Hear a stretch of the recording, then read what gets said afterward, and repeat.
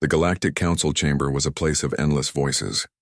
Different species argued every day about trade, borders, and ancient grudges. The tall blue-skinned Drakari shouted about mining rights. The insectoid Kavar hissed about food shortages. The crystal-bodied Shinar hummed their strange tones of warning. All the great races had a seat. All had a voice. But no seat carried the name of human.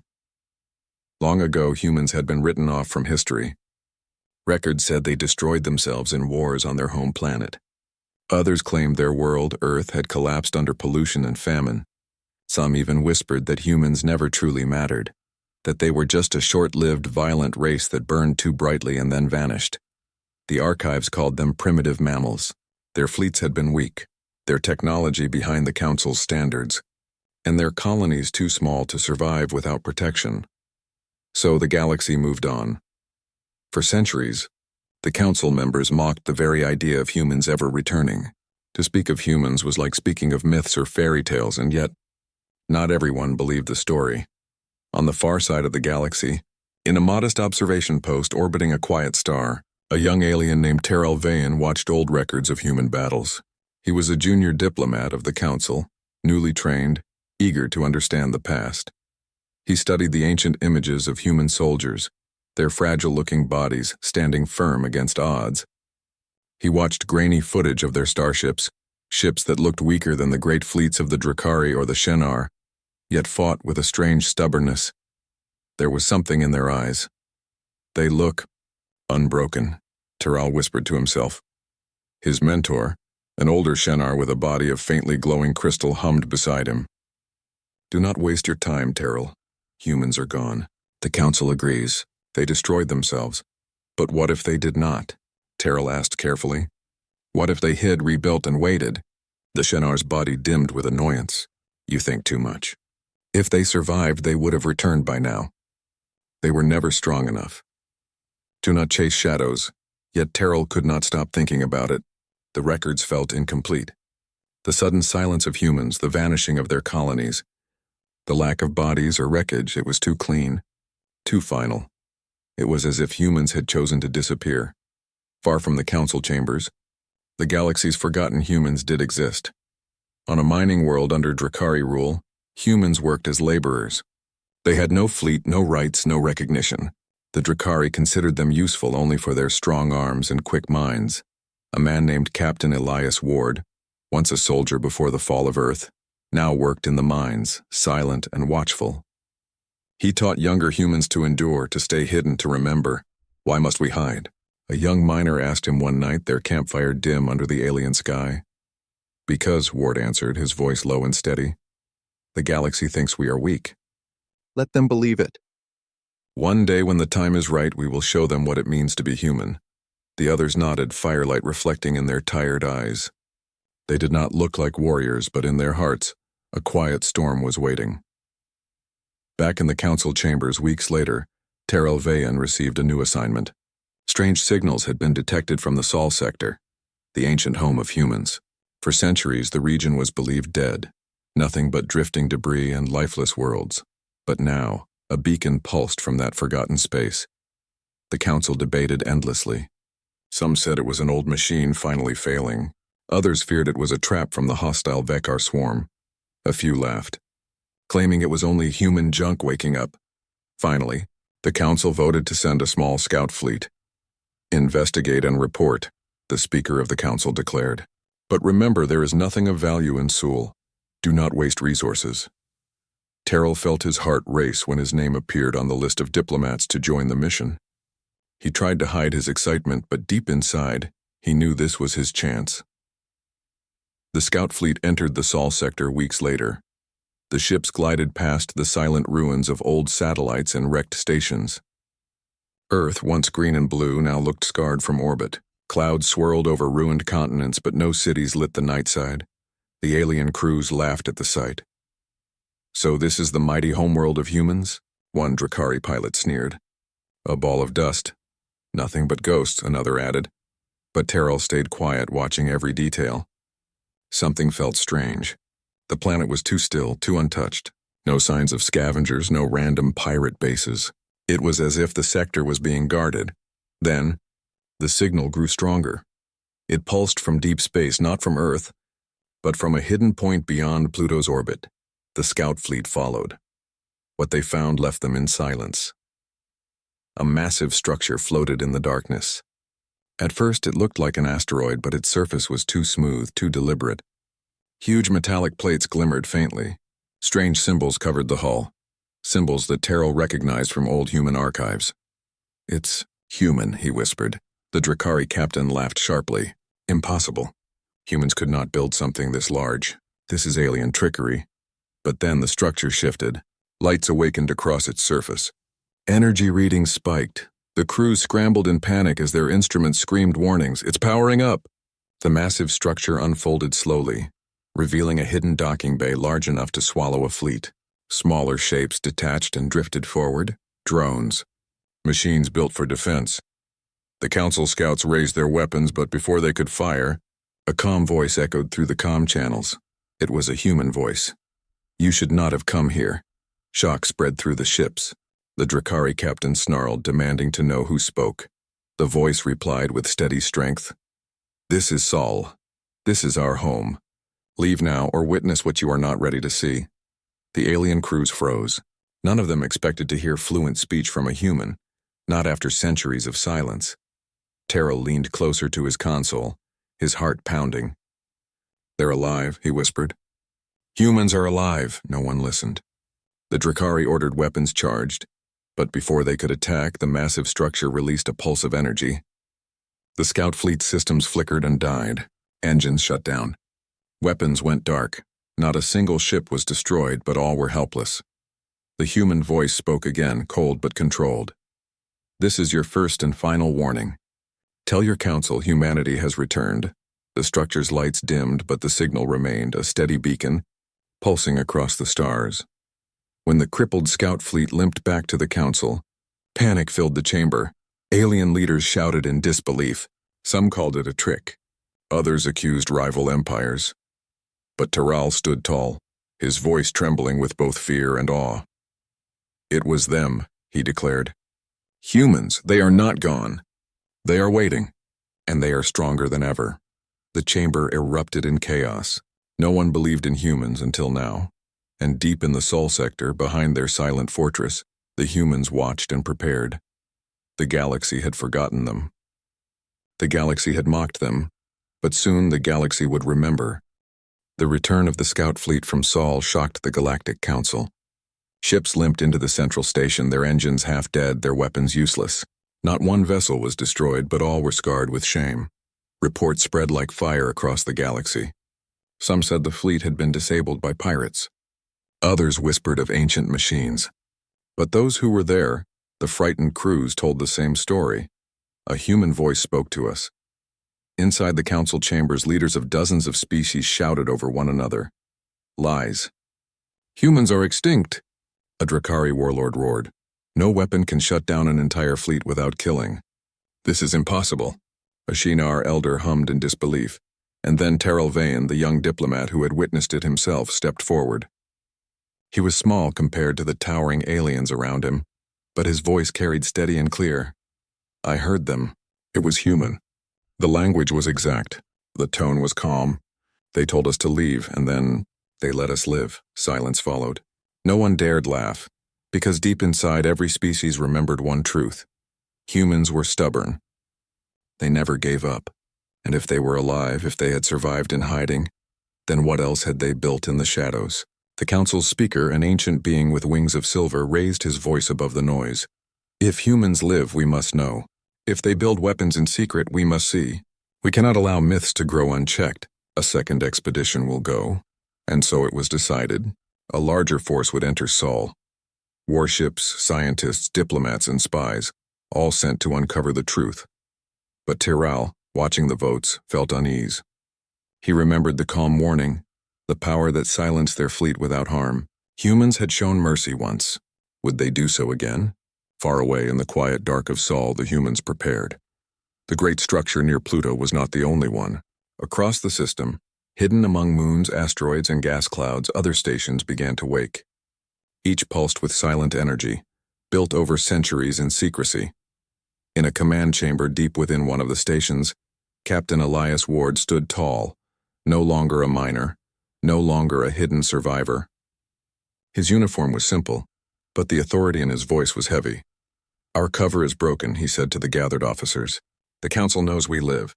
They will come again." A younger officer, her eyes sharp, spoke firmly. "Let them come. We have waited too long. We have the fleet. We can fight now." But Ward shook his head. "Not yet. We do not reveal all. We show only enough to remind them who we are. Humanity must return with strength, not just anger." The officers nodded, though fire burned in their hearts. They had lived in shadows, scattered across alien worlds, hiding their true numbers. Now they stood on the edge of revelation. Weeks later, the second expedition entered Sol. This time the fleet was vast, dozens of warships, research vessels, and couriers. The Drakari led, their pride still wounded from the first encounter.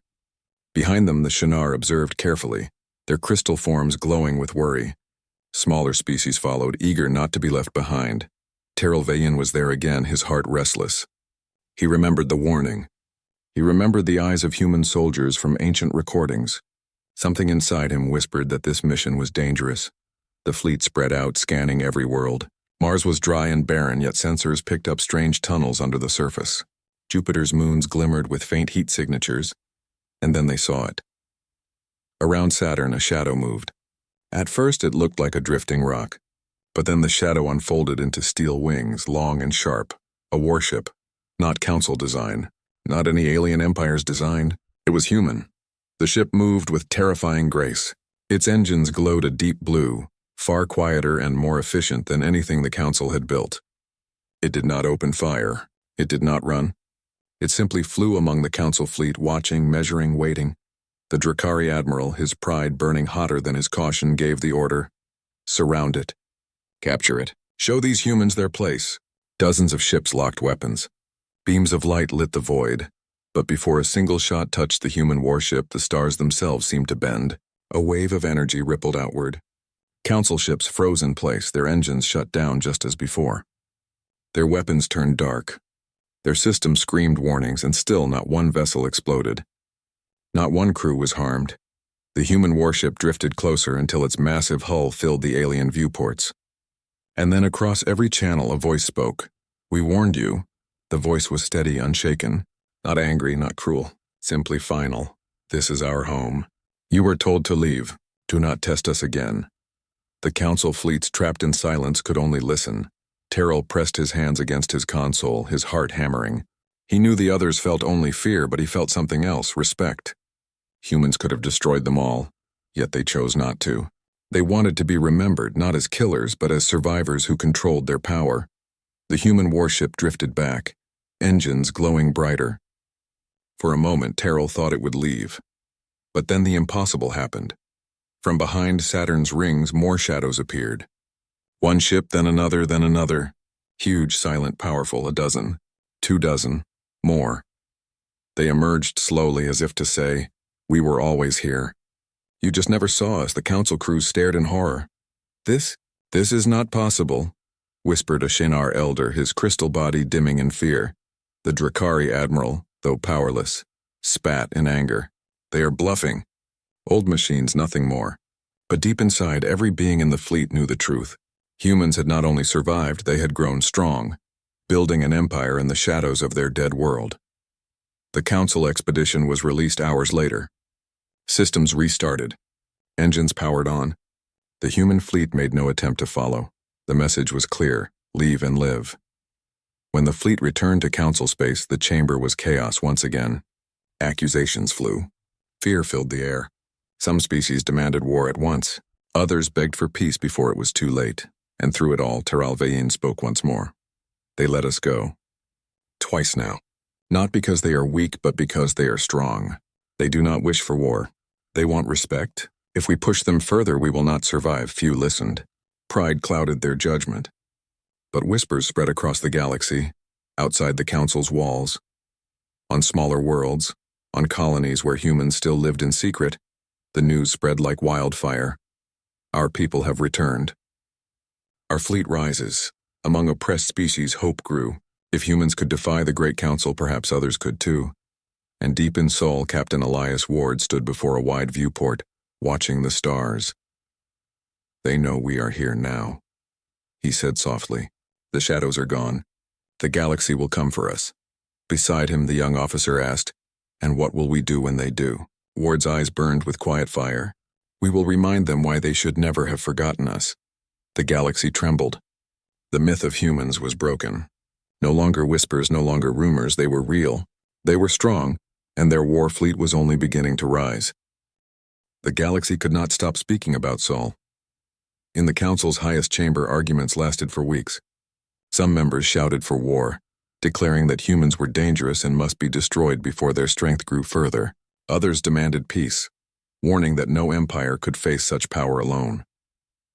The Drakari, proud and hot-tempered, were the loudest voices for war. Their fleets were vast, their armies countless, and they believed humans could still be crushed. But others remembered the helpless silence of their fleets when human warships disabled them without firing a single shot. They remembered the calm warning. They remembered mercy. "Humans do not destroy without reason," a Shinar elder hummed. "Twice they let us go. That is not weakness. That is control." Still, fear grew. Pride clashed with caution. And in the middle of it all, one truth was clear. The galaxy would soon face humans not as ghosts, but as rivals. Among the voices in the council, one stood apart. Terrell Vayan, the young diplomat who had been there both times, spoke carefully, choosing words that others refused to hear. "We must speak to them," he said. "We must send envoys, not fleets.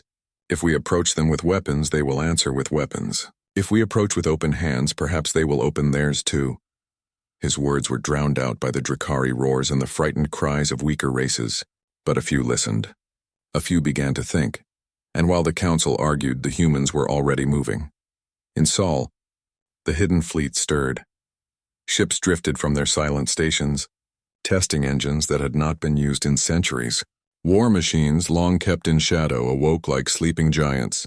Captain Elias Ward walked through the main hangar of the central fortress, his boots echoing against steel floors. Around him, crews prepared warships for deployment, polishing hulls, checking systems, running drills. Their movements were sharp, disciplined. Ward stopped at the sight of one massive vessel, a dreadnought, larger than any ship in council records. Its name burned across the side, Iron Will. It was not just a machine. It was a message. "We will not be ignored again," Ward said quietly, as if speaking to the ship itself. A younger officer, the same woman who had spoken against hiding before, approached. Her name was Commander Aria Holt. "Sir," she said, "the Council will send another fleet soon. Bigger, angrier. They won't stop until they force us to kneel or destroy us." Ward turned to her, his face calm but firm. "Then it is time we show them what we are. Not with destruction, not with slaughter, but with power they cannot deny." Aria nodded. She understood. This would not be a secret anymore. This would be the first true encounter, and so it began. The Council, unable to agree on peace, voted to send yet another fleet. This time it was no scouting mission. It was a full battle group, led by Drakari warships with other species forced to follow. Hundreds of ships crossed the stars, heading for Sol. When they entered the system, they did not hide. They came with banners of war, weapons armed, engines burning bright. Terrell Vayan, standing aboard one of the smaller diplomatic ships, felt his chest tighten. He knew what was coming. He had begged the Council to send negotiators, not soldiers. But pride had won, and now pride would meet its test. The human fleet was ready. From behind Saturn's rings, from Jupiter's moons, from the hidden depths of Pluto's orbit, ships emerged. Dozens, then hundreds. They moved in perfect formation, silent and steady, blocking the path of the invading fleet. The void between the two forces trembled with tension. For the first time in centuries, humans and the Council faced each other not as whispers or myths, but as powers staring across the darkness. The Drakari Admiral's voice boomed across the channels. "This is Drakari Fleet Command. You are humans. You are forbidden by the Council to build such power. You will surrender your ships and technology at once, or you will be destroyed." For a moment there was silence, then a voice answered, calm, clear, human. "You speak of surrender as if you have the strength to take what is ours. You came into our home with weapons raised. We will give you one chance, turn back. Do not force us to act. The Drakari laughed, his arrogance filling the channel. Empty words. You hide behind tricks and shadows. Face us openly and we will crush you. He ordered his ships forward. Beams of light cut through space. Dozens of weapons fired at once, but the human fleet moved with terrifying precision. Shields shimmered, energy waves rippled, and with a single coordinated strike, the Iron Will fired. Not to kill, not to destroy, but to disable. A wave of invisible force washed across the battlefield. Drakari warships went dark. Engines failed. Weapons turned silent. Hundreds of ships, frozen in place, drifted helplessly. The human fleet did not fire again. They did not press the attack. They simply surrounded the disabled enemy, their guns glowing but quiet, and then the voice returned. Do you see now? We do not need to kill you. We do not need to burn your fleets. But if you force us, we will. Leave Sol. Tell your council. Humans are not weak, not gone, not forgotten. We have returned. On board his small ship, Teralvayan sat in awe. His heart pounded as he watched the impossible unfold. He had expected a battle, a slaughter. Instead, he saw restraint. Strength held in check. The Drakari admiral, red with rage, screamed for his systems to restart. He demanded his crews fight to the last. But nothing worked. His pride meant nothing before human control. Slowly, painfully, the order came down. Retreat. The disabled fleet was escorted out of Sol. Humans allowed them to leave once more. Unharmed. The message could not be clearer. When the fleets returned to the council, the galaxy shook with fear. For the first time in memory, the mighty Drakari had been humiliated. Their warships, symbols of power, had been made useless in moments. Some species celebrated quietly, whispering of hope. Others panicked, convinced humans would soon conquer them all. In the council chamber, chaos reigned again. But this time, no one laughed at the mention of humans. They had seen them. They had faced them, and they knew. Back in Sol, Captain Elias Ward stood in the command chamber of the Iron Will. They came as enemies, he said to his gathered officers. They left defeated. The galaxy now understands that humans are no myth, but this is only the beginning. They will come again, and next time they may not retreat so easily. Commander Arya Holt stepped forward. Then what is our next move, sir? Ward looked out into the stars, his eyes hard. Our next move, he said, is to decide what kind of return this will be. Will we rise as conquerors, or as leaders? That choice will shape the galaxy for centuries. Far away in the shadows of council space, oppressed species heard the stories. They heard how humans had stood against the mighty Drakari and had not killed but spared. Hope stirred in places where hope had long been dead. The galaxy had mocked humans. They had called them extinct, weak, primitive. But now all knew the truth. Humans had returned, and their war fleet was just getting started. The galaxy trembled. No council had ever faced such power. The Drakari fleet, once proud, had been humbled. The Shenar whispered warnings, their crystal bodies dim with fear. Lesser species who had once looked down on humans now spoke in awe, and yet no one fully understood what humans wanted. Captain Elias Ward knew. Humans did not come for conquest. They did not come for revenge. They came to remind the galaxy of a simple truth. Humanity must be respected. The human fleet gathered near the edge of council space. Hundreds of ships, sleek and disciplined, waited silently. Each warship carried weapons far beyond anything the council had seen, but none were pointed at anyone. Yet. Ward stood on the command deck of the Iron Will, watching stars drift past. They will send envoys, said Commander Arya Holt, her voice steady. The council cannot ignore this display of power. They will come to negotiate, Ward shook his head. They will send more than envoys. Some will come with arrogance. Some will come with anger, and some will come hoping to provoke a war. We must be ready for all. Meanwhile, the council debated feverishly. How dare humans return? Shouted a Drakari admiral. They have no right to build fleets to occupy space to challenge the council. We must strike before they grow stronger. A Shenar elder shook his glowing limbs. You do not understand. They are not attacking. They are waiting. They show strength without cruelty. Do you not see the lesson? But the Drakari were blinded by pride. Other species were paralyzed by fear. Teralvayan, young and cautious, pleaded for diplomacy. Send a neutral delegation, he urged. Let them speak. Hear their demands. Violence now will be disaster. His words were ignored. It was then that humans decided to act. A small human delegation moved forward to council space. Ships of neutral size escorted them, but the fleet behind them remained in defensive positions. No weapons fired, yet all eyes knew the fleet could annihilate an enemy in moments. The council chamber was full. Leaders of dozens of species waited trembling.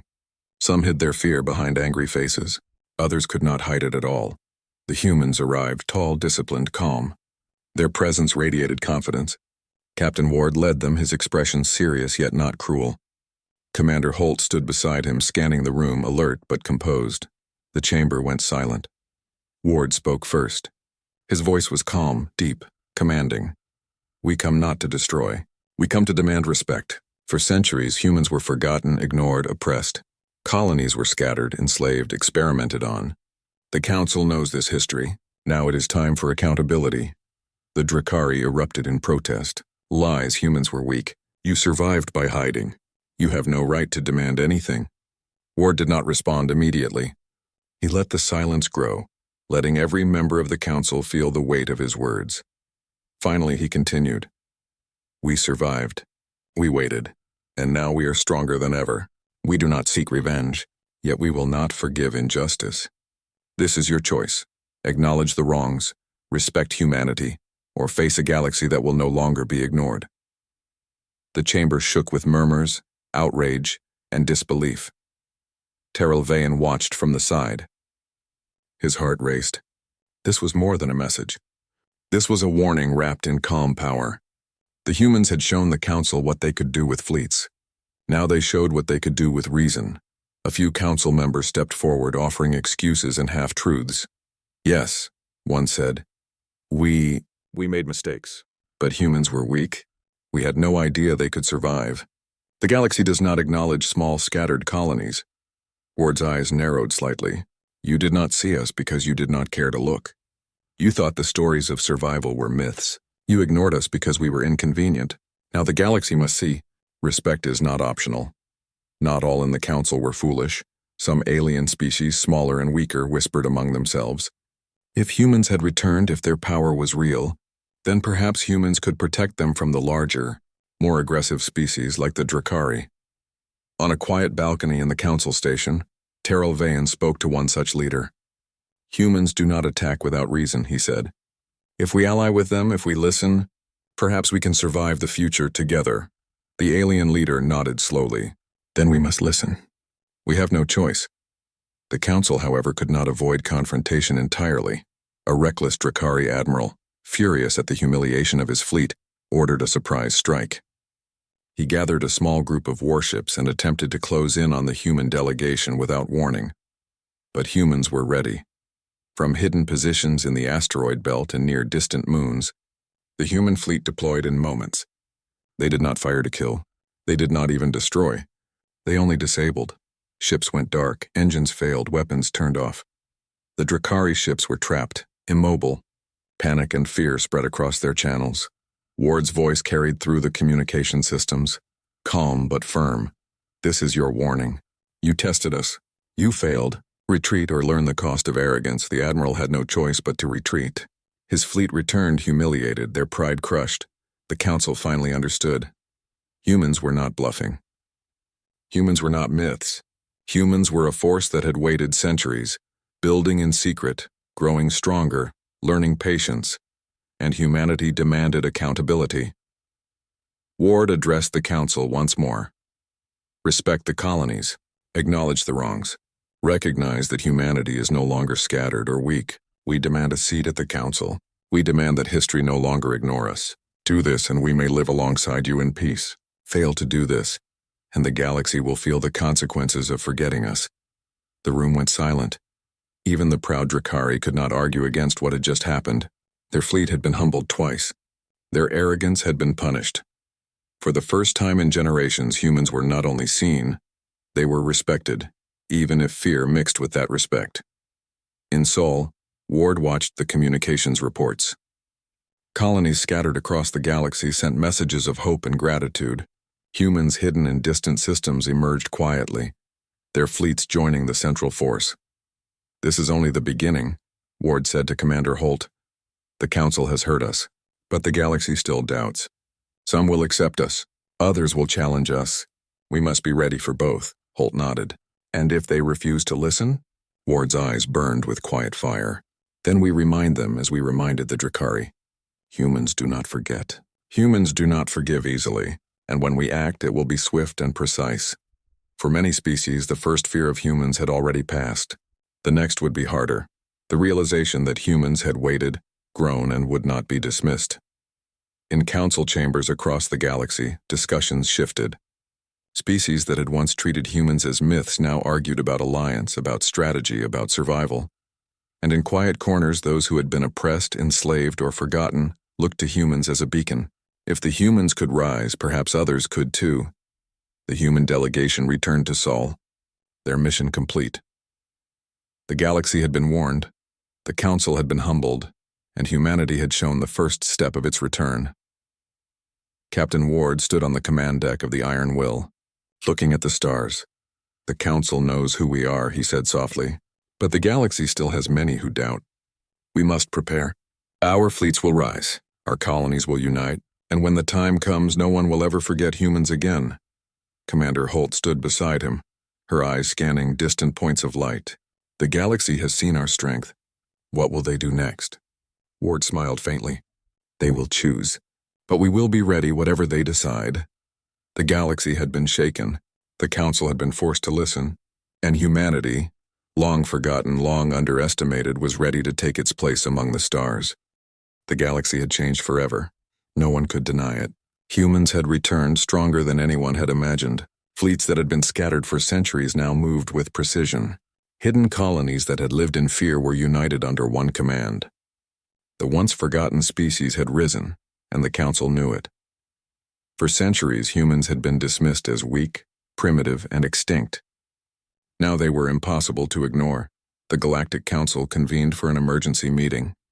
Species of every kind arrived, some nervous, some angry, others curious. The Drakari were tense, their pride still bruised.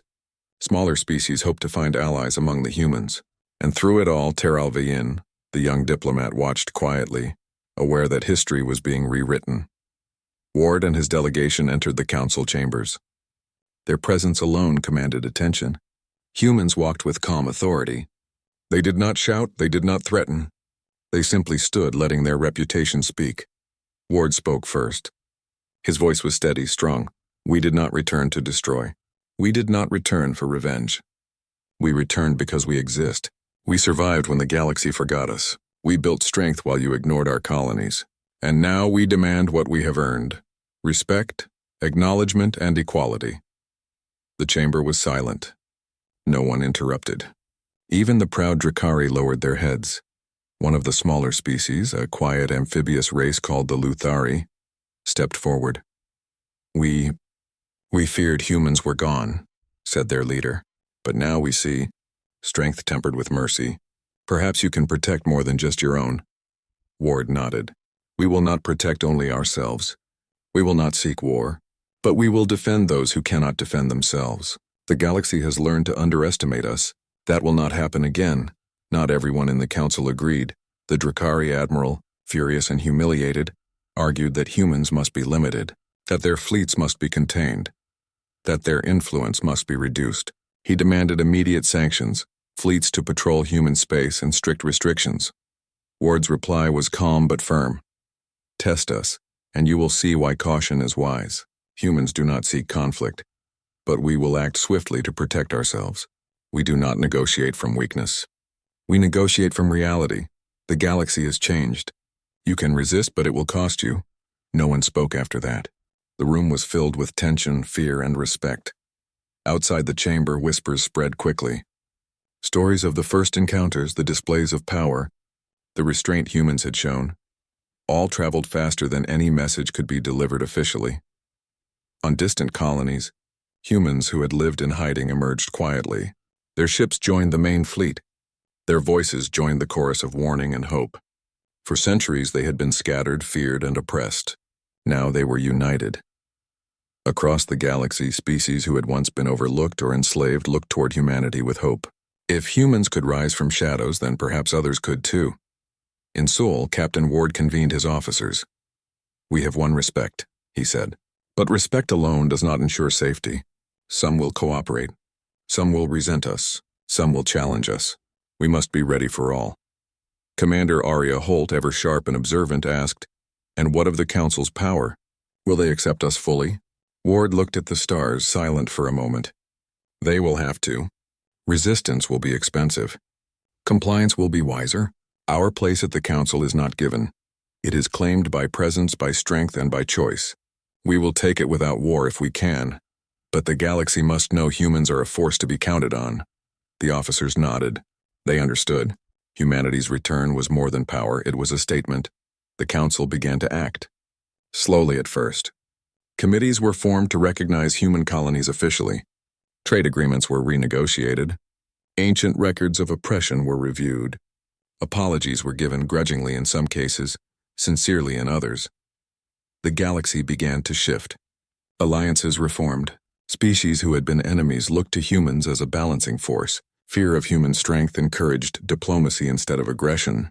For the first time in centuries, peace was maintained not by fear of war but by respect for humans' presence and restraint.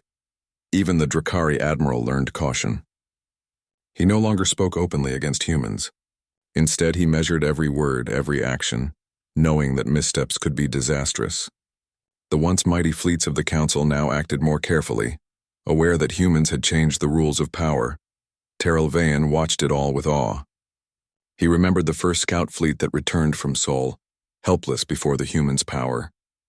He remembered the calm restraint of Captain Ward and the fleet. And he realized something important. Humans had not only returned, they had changed the galaxy itself. In Sol, Captain Ward addressed his entire fleet. "Today, we are respected. Tomorrow we must remain prepared. Humanity has returned not for conquest, but to claim its rightful place. We do not seek to dominate, but we will not allow ourselves to be ignored. Remember, the galaxy will test us. We will meet those tests with strength, wisdom, and unity. Humanity's shadow no longer hides, it leads."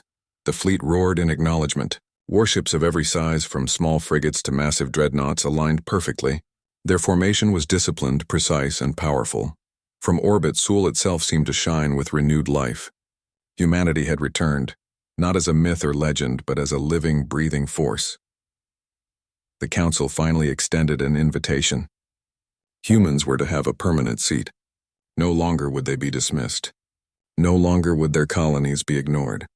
Humanity would be recognized as a key power, a stabilizing force, and a presence that all must consider. Ward accepted, but with a condition. "We will join the Council," he said, "but our seat is more than ceremony. It is a promise that humanity's voice will be heard. We do not seek to dominate, but we demand that the past be acknowledged, that injustice be corrected, and that all who cannot defend themselves are not ignored." The Council agreed, some reluctantly, some with hope. The galaxy would never be the same again. In distant systems, oppressed species celebrated quietly. They saw a new path forward. If humans could survive, rise, and claim respect after centuries of being forgotten, then perhaps other species could also rise against oppression. The galaxy had learned an important lesson. Strength without mercy is frightening, but strength with restraint is powerful beyond measure. Humans had shown both. Captain Ward stood on the command deck of the Iron Will one last time. "The galaxy now knows," he said softly to Commander Holt. "Humans are not to be ignored. Humans are not myths, and humans will never again be forgotten." Holt looked at the stars, glowing with distant suns and the light of countless worlds. "And what comes next?" Ward smiled faintly. "Next comes peace tempered with power. Next comes alliances guided by wisdom. And next comes a galaxy that finally understands humans are more than survival. They are a force for change." As the fleet spread across the stars, calm yet prepared, a single thought resonated through humanity's fleets and colonies. "We returned. We are here. And the galaxy will remember. The new balance had begun. The era of human return was no longer a story or myth. It was real, and it would shape the galaxy for centuries to come."